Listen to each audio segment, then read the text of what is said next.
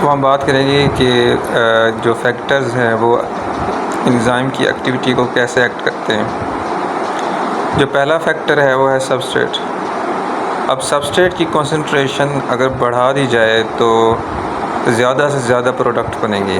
तो इसका मतलब ये है कि पहले तो सबस्ट्रेट की कंसंट्रेशन राइज़ करेगी, लेकिन फिर जो है कांस्टेंट हो जाएगी क्योंकि एंजाइम हमारे पास लिमिटेड है। इसका जो ग्राफ होगा वो हाइपरबोलिक ग्राफ होगा। जो कंसंट्रेशन ऑफ एंजाइम की बात की जाए, अगर उस एंजाइम की कंसंट्रेशन को बढ़ा दिया जाए तो रेट जो है वो इंक्रीज़ होगी, लेकिन फिर बाद में सबस्ट्रेट जो बाद में जो हमारे पास रेट है वो कांस्टेंट हो जाएगा, सेम जैसे कि सबस्ट्रेट के साथ हुआ था, सबस्ट्रेट की कंसंट्रेशन के साथ। जो तीसरा फैक्टर है वो है टेम्परेचर। अब टेम्परेचर जब भी इंक्रीज़ होगा तो रेट इंक्रीज़ होगा, और जो स्पेसिफ़िक एक टेम्परेचर है जिसके ऊपर एंजाइम काम करता है मैक्सिममली, तो वो जो है ऑप्टिमम टेम्परेचर है। और हमारे जो बॉडी के अंदर एंजाइम्स हैं उन सब ऑप्टिमम टेम्परेचर पे काम कर रहे हैं, जो कि हमारी बॉडी का कोर टेम्परेचर है। अगर तो हमारी बॉडी का कोर टेम्परेचर चेंज होता है तो एंजाइम जो है ना अपनी फंक्शनिंग आहिस्ता आहिस्ता लूज़ करना शुरू कर देते हैं और बाद में इंसान की डेथ हो जाती है। तो 40 to 45 डिग्री सेल्सियस जो है ये ऑप्टिमम टेम्परेचर है। अगर इससे बढ़ जाएगा तो एंजाइम की डीनेचुरेशन स्टार्ट हो जाएगी और एंजाइम का जो टर्शरी स्ट्रक्चर है वो लॉस्ट हो जाएगा। अगर पीएच की बात करें तो पीएच जो है ना एक नैरो पीएच के ऊपर या ऑप्टिमम पीएच के ऊपर एंजाइम काम कर रहा होता है, और वो ऑप्टिमम पीएच होती है उसकी। पेप्सिन की वो 1 to 2 है, ट्रिप्सिन की 8 है। पीएच अगर कम हो जाए तो एंजाइम की एक्टिविटी लो हो जाती है, और अगर पीएच बढ़ जाए तो एंजाइम इनएक्टिवेटेड हो जाता है। अब आते हैं हम इनहिबिशन पे कि अगर तो प्रोडक्ट नहीं बनता एंजाइम सबस्ट्रेट कॉम्प्लेक्स के बाद, तो इसका मतलब है कि एंजाइम की एक्टिविटी इनहिबिट हो चुकी है, और जो सब्सटेंस एंजाइम की एक्टिविटी को इनहिबिट करता है उसे इनहिबिटर कहते हैं।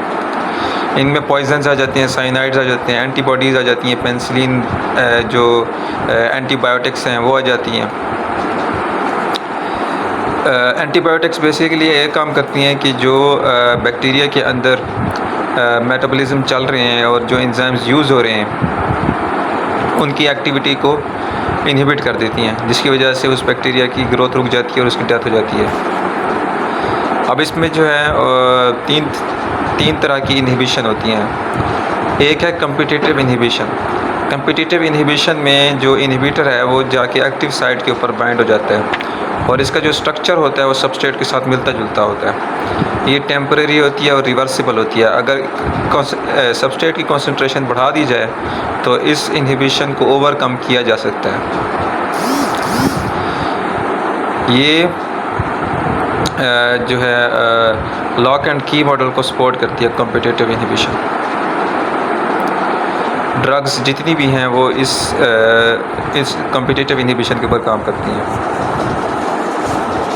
उसके बाद है non competitive inhibition. Non competitive inhibition में जो इनहिबिटर है वो एक्टिव साइट के अलावा किसी और साइट पर जाकर बाइंड कर जाता है, जिसे एलोस्टेरिक साइट कहते हैं।